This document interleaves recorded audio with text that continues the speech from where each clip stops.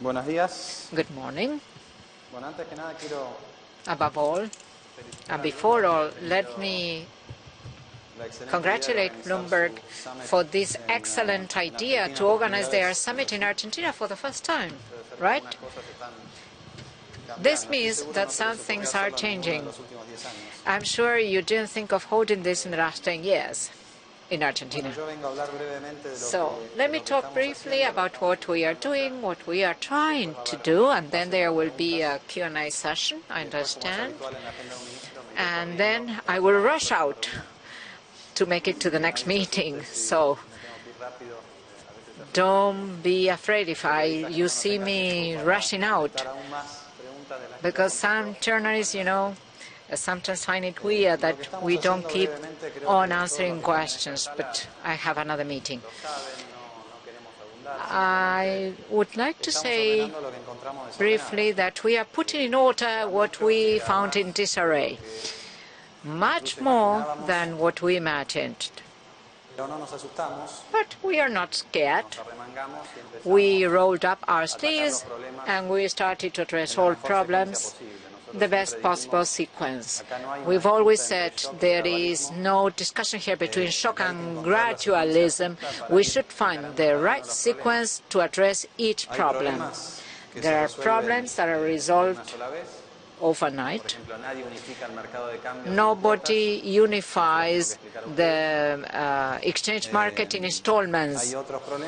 There are other problems that should be addressed, taking into account not only technical difficulties, but also political and social limitations that this administration found. We don't have a majority in neither house in Congress, and we inherited a country with plenty of potential, but that potential is not materialized. So, despite the fact that we could feed 400 million people, there are 12 million Argentines that don't eat enough. Don't make it to the end of the month.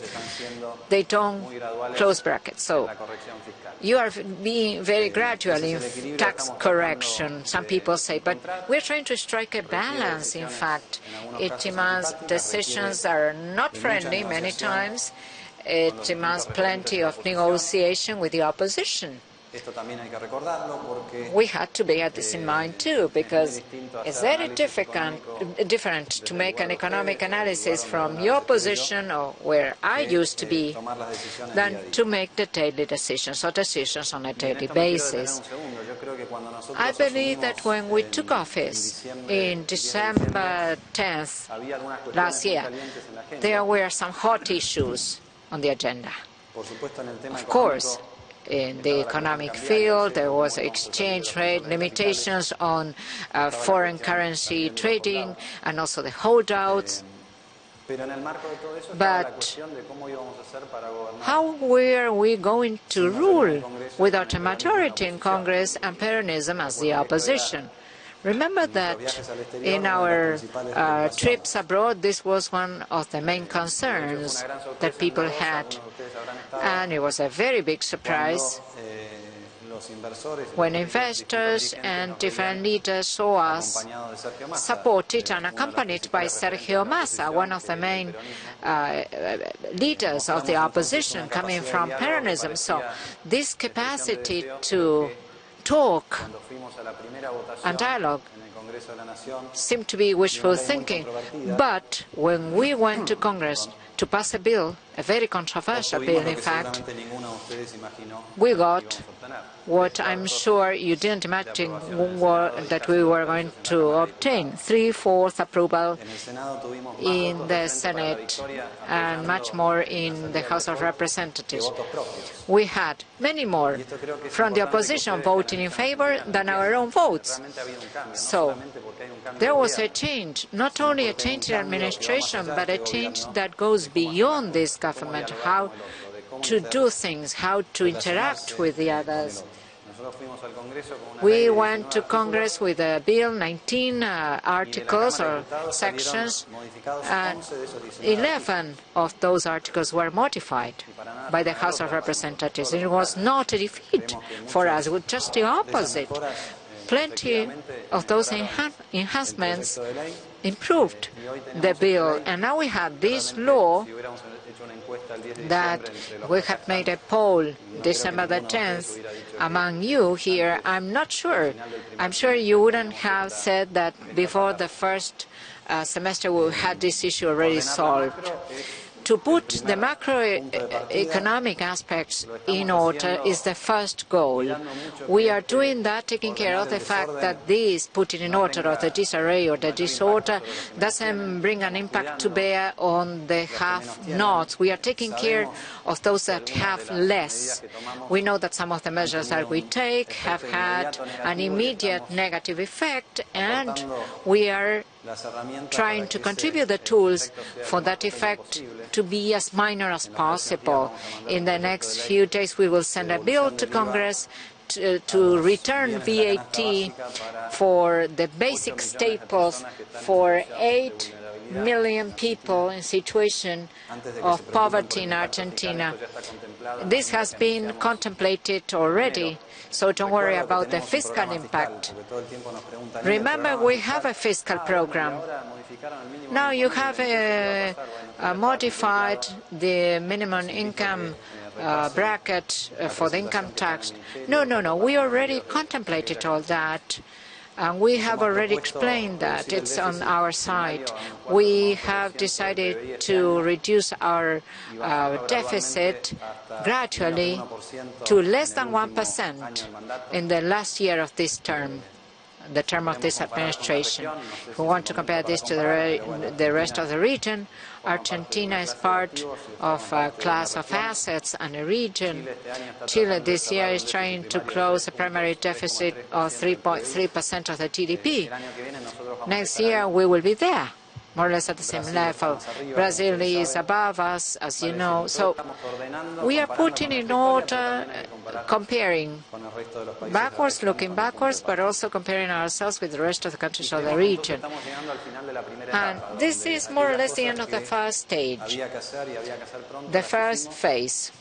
We did what we had to do in a hurry, and going forward, in terms of inflation, we have specific inflationary targets and specific fiscal targets. So this provides certainty for planning going forward. And I think this is a turning point, because all the enthusiasm in Argentina, with Argentina, a reflection of this is this summit in this very nice place, venue. So we will move from curiosity to interest, from enthusiasm to action. So I thank Bloomberg for this opportunity afforded to us and the investors that will see through Bloomberg TV what we are saying. Argentina has this vocation to become part of the world, to be inserted in a mature manner, in an intelligent manner. We are part of the G20.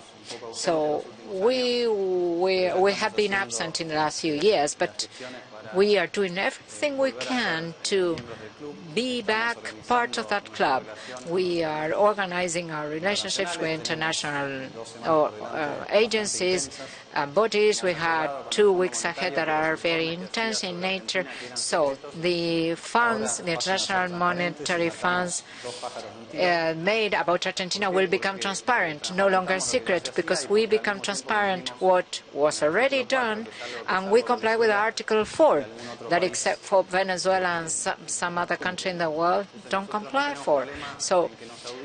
with. So we don't have any problem to be audited, because we are going to do things correctly. We want you to look at us, assess us, and get constructive criticism that we will surely get in the next few months. So what we are trying to do is to put Argentina back in the place where it should always have been, to put Argentina back on the world map. We are confident about the territory, about human resources, variety, creativity. So many Argentines that have been successful abroad and can also be successful at home.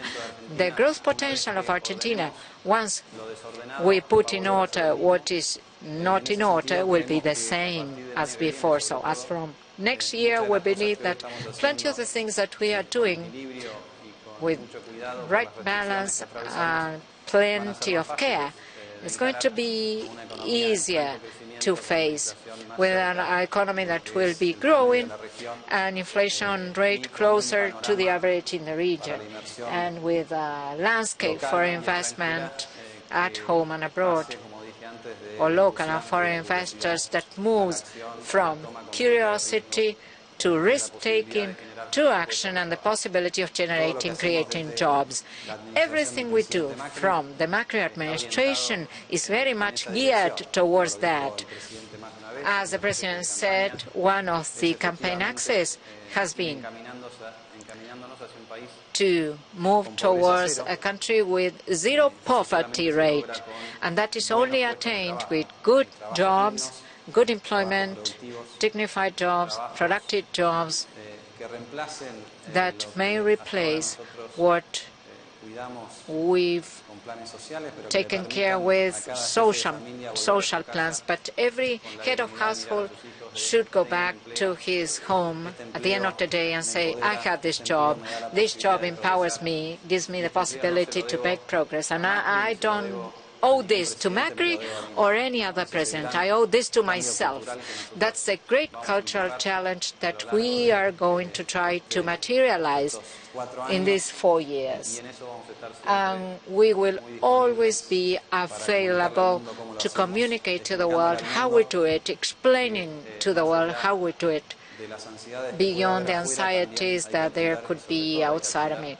We had to cater for the needs that we have abroad, at home. We would have loved to have a country with fiscal surplus, no poverty. Well, we don't choose sometimes. We don't get to choose. But once we take over, we take over.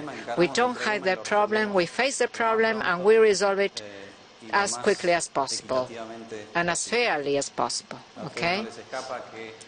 It doesn't escape you that up until a month ago, if we ran a poll in Bloomberg, luckily you didn't do it. Nobody would have said that we were going to reach an agreement with the holdouts before the end of February. Nobody would have said that. And there was a survey in Wall Street that said that by December, perhaps.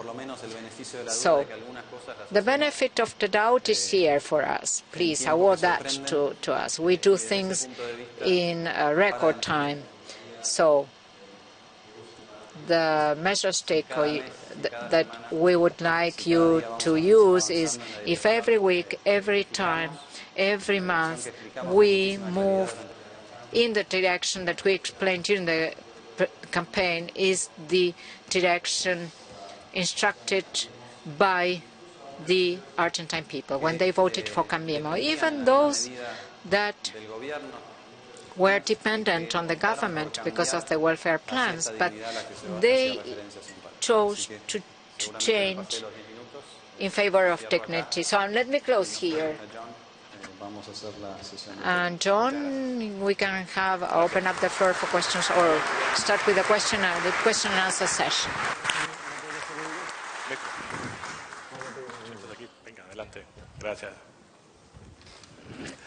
John McCurry, Executive Editor para las Américas de Bloomberg News. John, thank you for here. Thank you, everyone. Thank you, Minister, for those remarks and for being here today. It's an exciting time. Did you get any of the I did. It was the translation was perfect. Good stuff. Thank you also for conducting the interview in English, all of you. And as you alluded to, it's a time of optimism for Argentina. And if we show a slide, I believe we have a slide of a Bloomberg function, this indicates the interest that investors have now in Argentina, and it's a growing interest. And Argentina is now seen as a place resolving conflicts as opposed to a source of concern for investors. While you spoke sort of philosophically about the Macri administration and all that you're trying to do, could you give some fundamental economic and market reasons why investors should be looking at Argentina? Well, I think Argentina has been out of the loop for a number of years now, at least 4 years. When you look at the macroeconomic variables, despite last year's timid increase. You look at the last 4 years, and there was barely any GDP growth. There was no employment growth outside of the public sector. There was no investment to speak of, not just from external investors, but even from local companies who were just trying to muddle through and wait for a better beginning. Well, this is the beginning. We are rearranging the main reasons why there was stagnation and inflation before we took office. We have taken a number of measures that will take time to mature, to sail through the system, and this is why we're very confident that by the end of this year, hopefully early in the second half of the year, many of the measures that we've taken will fall into place, and that inflation will have fallen by then, and hopefully by the third quarter of this year we will have seen a pickup in economic activity, which is already showing in some sectors, but again, it's too early for that. You don't need to get too carried away. And the one thought that we always disseminate when we have the opportunity is we're trying to undo 12 years of mistakes. It's not going to happen in just 3 months or 6 months. I mean, we've got to be patient. Since we mentioned economic activity, economists surveyed by Bloomberg expect growth next year to rebound to about 3% in Argentina. Is that a realistic forecast, do you think? And in general, what will drive growth? I think it's realistic. Hopefully it's going to be more than that. And what will drive growth? I mean, generally speaking, the way you would look at this from an economist's perspective is the last 4 years or maybe 6 years have destroyed GDP potential. Economists, we like to look at the GDP potential, which is a very difficult animal to put your hands on. But if you were able to do that, it's quite obvious that the potential GDP has been falling for the last 6 years or so. We believe that the many measures that we've already put into place, like, for instance, you don't need to ask for permission if you want to export.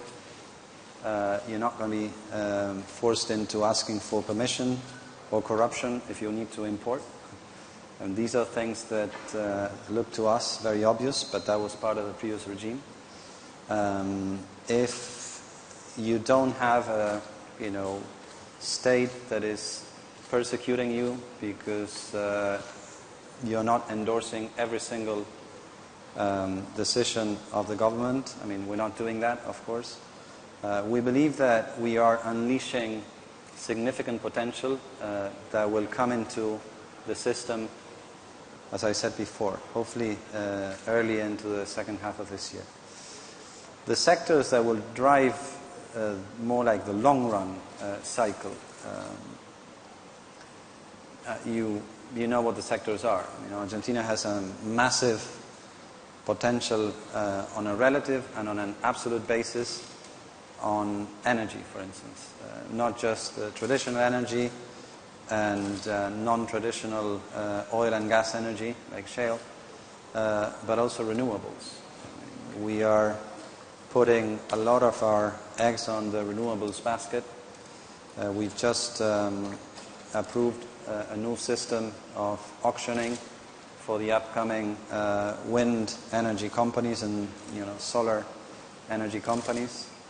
When you look into those sectors, it turns out that the northern part of the country is one of the best areas in the world for solar energy.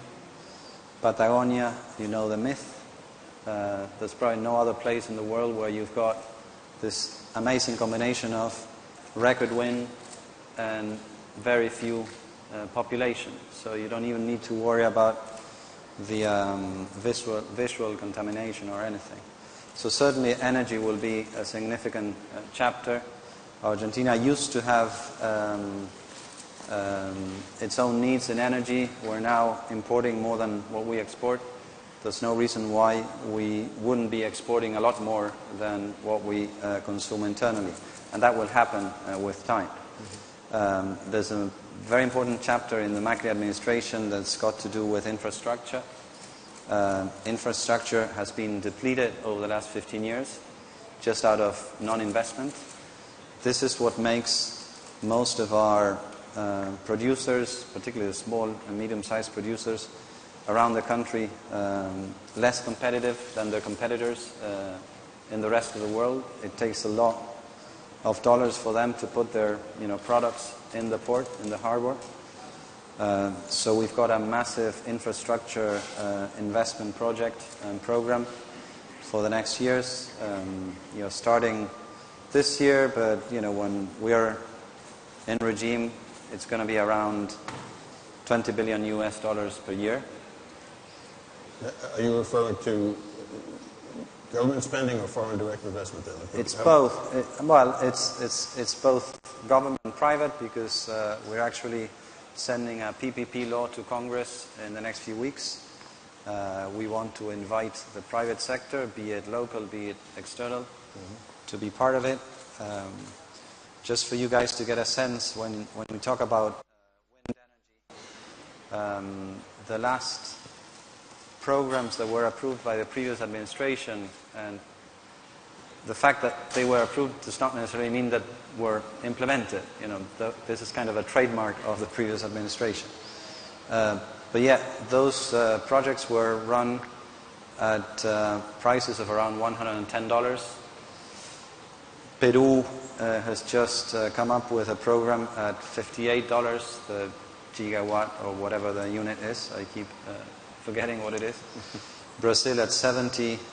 So there's massive room for improvement if we do our homework. And of course, getting the issue with the holdouts out of the way is a significant element to that, because for infrastructure, for energy, where the time horizon and therefore the financial cost is significant, we've got to do that before we can even... Agriculture, agribusiness, we need to sort of push the value-added bar across the chain. We need to do a lot more of exporting, finished products rather than primary goods. There's a lot that we need to discuss with China, for instance, in that regard. You name it. I mean, any sector of the economy has been underinvested and under-leveraged over the last few years, and we need to take advantage of that. Since you mentioned the holdouts, Minister, why don't we talk about both the holdouts and the negotiations over that, but also about the bond issue that I think a lot of people in this audience are very interested in, and our audience around the world. Could you just give us an update on we all know that Congress authorized the $12.5 billion of bonds to settle with the holdout creditors. The clock is not working, by the way. I know. So what does that mean? We're going to keep...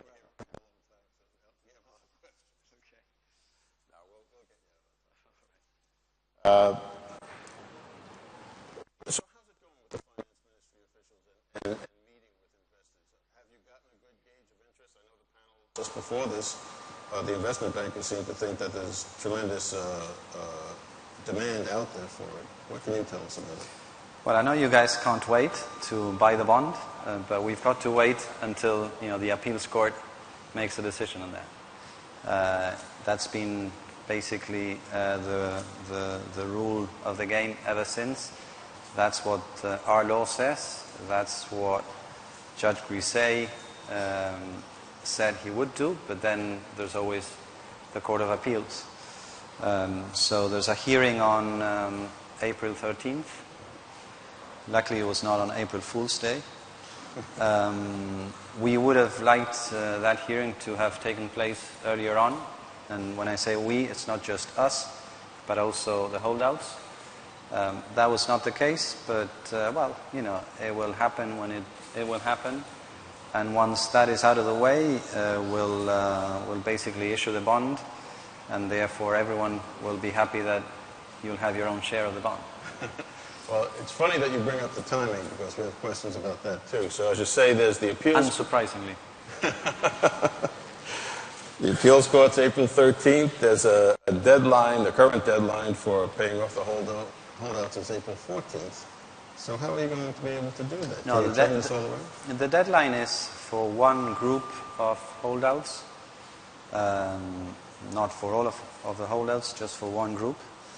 And it's not a deadline; it's a strike, basically. I mean, it's option day, if you will, and it's their option to stay in the deal or to leave the deal. I mean, it's their option. There's nothing we can do about that. But, you know, is there a chance that the whole deal could fall apart if the payment is not made by April 14th? I don't see why that would be the case, because I don't see why the holdouts would decide to hold out, hold out. Well, a date is a date, a deadline is a deadline. Yeah, fine, it's a strike. I mean, we've done what we were required to do. I mean, we've agreed on the terms. We pushed the law through Congress. We, how do you say in English? It's a horrible word. We repealed the laws that we needed to repeal, and we're ready to go. But you know. Is there any mechanism needed, just either maybe just agree on an extension, for example? Is that a possibility? It's, again, you guys know about financial options. This is an option that we don't have. We've given that option away. So it's for the holdouts to exercise or not exercise the option. I mean, I think it would be the wrong decision to exercise the option. It's their call. Judge Grisey was very clear about what he said. He said that when the two conditions are met, and the two conditions being the laws that are needed, and those guys who have a current agreement that was signed before or on February 29th, once we paid for these guys, the injunction will be removed. So it's very clear to me what the value of that option is. Is there any chance that you would use reserves to pay off any of the creditors? I mean, we can't pay until the Court of Appeal ratifies what the judge said. So once the Court of Appeal ratifies, we'll do what it takes to pay. But I don't know. I don't think we'll be able to issue a bond in one day. However, we'll have some discussions in New York and in Washington next week, taking advantage of the spring meetings. So we want to get involved with investors. I think by the time we're ready, it's going to be very quick. But we don't dictate the timing here. I mean, we've done as much as we could, and as I said before, no one would have thought that we would, in this summit, discussing this particular issue. No. Of course, you probably wouldn't have run this summit if we hadn't gotten this far. But no doubt, and I'm sure everyone, all the market participants, applaud you for the settlement. There are some investors who haven't agreed to a settlement. What do you plan to do about them, or will you just say that you'll pay them at the same rate as you paid in the holdout countries? The ones who haven't agreed yet? Who haven't agreed yet. Well, I mean, the offers are open, and this is a big difference with the previous regime. There's no lock law whatsoever. I mean, the offers are open, and there are lots of discussions going on. We've got some issues with. I keep learning new BOGA terms. BOGA we call the abogados, the lawyers ourselves. There are some issues with the statute of limitation, which is whether some bonds have or have not prescribed. And I don't think anyone would want us to pay something that has actually prescribed. We wouldn't do it. You wouldn't do it if you were in my shoes. So that's the only limitation, in fact, that we're going through at this particular point in time. But what we're saying is, I mean, we've said it even before we took office, when Secretary Caputo sat down with Special Master Dan Pollack. We want to pay. We want to sort this issue. We want to pay full principal. How about that? We want to discuss the interest bill. We would have liked to discuss even more the interest bill. If we had had more margin, and this is something the previous administration should have done. Well, we've done all these things. We've gotten to the point where we need other people to move before we can move on. When all that happens and you do sell debt, do you have any sense of what a rate might be for Argentina nowadays? We've heard again from the other panel that there is great demand. You certainly seem to be saying that you anticipate great demand. Any idea on what Argentina's market rate might be? And also, just any thoughts? I realize it's all preliminary. I realize that this calendar that we all have to live with. But I'm sure you're talking to folks and the pension funds. I mean, just how great is this demand? I don't think I'm in a position to say anything about that, to be honest. And we need to start. I mean, we're not formally in a roadshow, but I'd rather not make any comment about that. But I mean, you could have shown the Argentine curve, and we could have the guys to decide what's the right pricing. And this is what's going to happen, actually. Fair enough. And then we'll decide on the volume, and it's pretty easy. It's not that difficult. Why don't we switch to inflation a bit? And the government has raised prices on utilities to help save as much as $4 billion this year and narrow the fiscal gap. Will there be a need to raise prices on utilities further, either this year or next year? No, not this year. And inflation so far this year, has it peaked, or do you expect further price rises? It really is a two-tier inflation, and not in the traditional way. I mean, we're not doing the utility tariff trick. I mean, what we're doing here is that we need to recognize that the subsidy chapter that cost Argentina more than 4 points of GDP last year, for instance, was mainly concentrated in the metropolitan area of Buenos Aires. So inflation in the city of Buenos Aires will be affected by the repressed inflation of the previous administration, which we are trying to solve, basically. But the rest of the country is running at a different speed. For instance, we've increased transport prices. We will increase them by April 8th onwards. So the minimum price has gone up from, well, there's a social tariff, but it's gone up from 3 to 6. 6 for the colectivo is still one of the lowest tariffs in the country. You go to Cordoba and you pay, I think, 8.5. You go to Tucumán and it's 8.25 and thereabouts. So how do you gauge inflation if it's a national phenomenon? I mean, we're trying to be federal. So in that regard, I think we know the impact these one-off prices have on the city of Buenos Aires index, but the city of Buenos Aires is not necessarily representative of the rest of the country. So in that regard, we need to look at the thing with that perspective. We've done a survey of economists, and at least some of the economists expect inflation could slow to about 19% next year, but that prices are still rising at about 30% this year. Does this sound realistic to you? Does this sound like... Our target for next year is 17%. And we're very confident that we'll hit it. And one personal note, I mean, we had the same issue when, in my previous incarnation as governor of the central bank, when we took office in December 2002, maybe the same, or other analysts that were doing the same exercise at least, had a 35% projection for 2003. We thought that was too high. We came with a lower inflation target and so forth. End of the story was 3.7 in 1 year. It's not going to happen this time because of many reasons, but it may well happen that these forecasts are wrong, and I hope they are.